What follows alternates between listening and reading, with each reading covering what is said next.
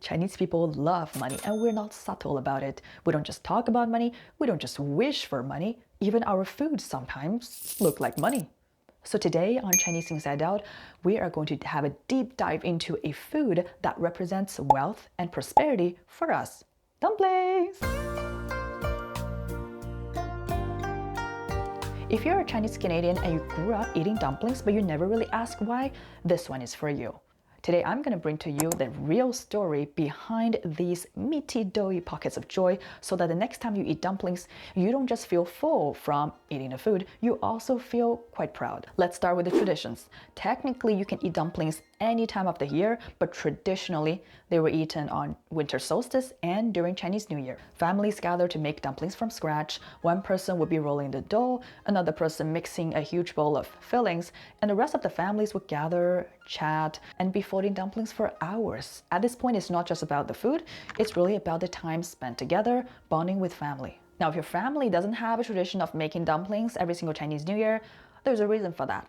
Now, most of the migrants to Canada from China in the early ages were from southern China. That's why a lot of y'all are Cantonese descent. But dumplings are traditionally a northern Chinese food. In northern China, we're talking about provinces like Hebei, Shandong, and the region of Dongbei.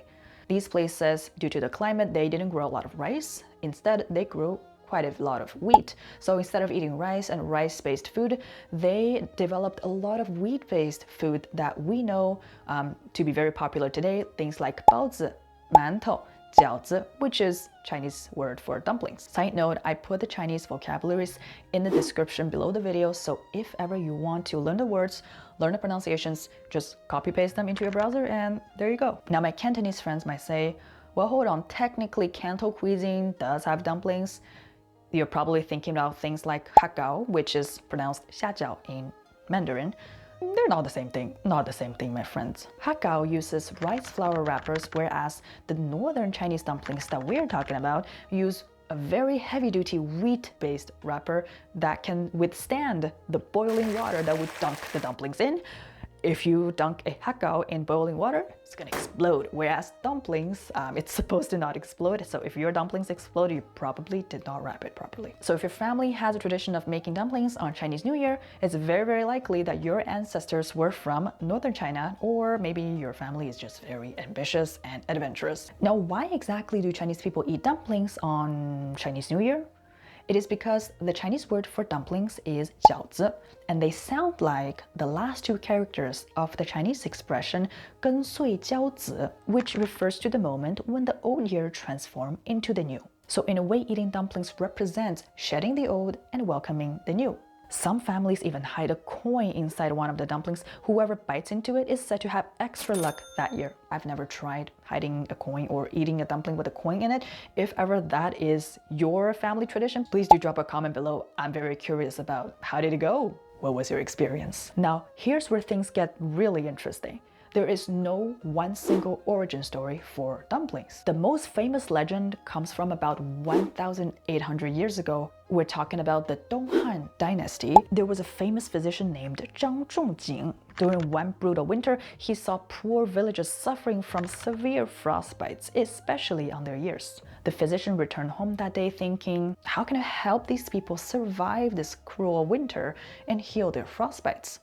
So he came up with a solution, which is a recipe, and it's a soup recipe where he basically cooked lamb, medicinal herbs, vegetables into the soup, and then once the ingredients were cooked, he took them out, wrapped them into wheat-based dough wrappers, and basically shaped them into ears, because I guess he's thinking about frostbites on the ears. So because they were shaped like ears, he called them jiao er, which literally translates into tender ears. And he called the soup 驱寒椒耳汤. It roughly means get rid of the cold, tender ears soup. The physician then distributed the soup to villagers from winter solstice all the way to Chinese New Year's Eve. By then, many people have healed their frostbites, and on Chinese New Year's Day, in order to honor this physician and what he has done, many families began making 椒耳, which I guess is the ancestor of dumplings, they started making this on Chinese New Year, and then it became a tradition that was passed down generations, and that was how dumplings were born. It's a very heartwarming story indeed, but archaeology actually pushed that timeline back even further to tell us about the origin of the dumplings. In the Shandong province, archaeologists discovered carbonized triangular-looking filled dough-like food inside a metal container in a tomb. Here's an AI reconstruction of the original black and white photo. They look like dough wrappers with filling inside, and these carbonized dumplings date back over 2,500 years. That's the earliest physical evidence that was able to be found about dumplings. Over time, throughout the different dynasties, the shape of dumplings also evolved from looking like a crescent moon to what we recognize today as the shapes of the typical dumplings.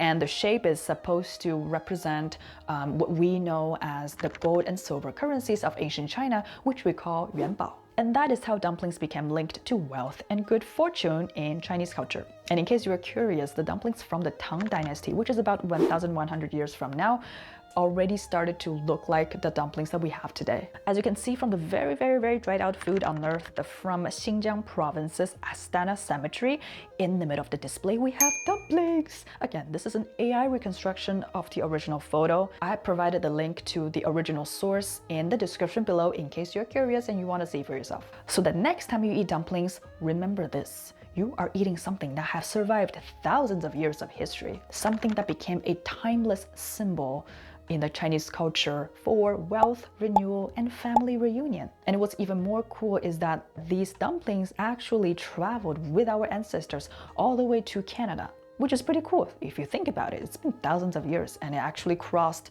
the ocean to come to a completely different country. And maybe that's why dumplings are still quite relevant and important to Chinese Canadians, because even if sometimes languages fade and you're not as familiar with the Chinese language, and even if sometimes the traditions evolve, some things stay the same. A warm plate of dumplings, a moment of togetherness, and a wish for a better year ahead. In some of the videos that I'll be releasing next, you're actually going to learn about some other Chinese food that have also survived thousands of years of history, but you probably never thought twice about it. I don't think I'm going to give you any spoilers. Anyway, yeah, no spoilers for now. So stay tuned, stay excited, don't forget to subscribe. Bye for now.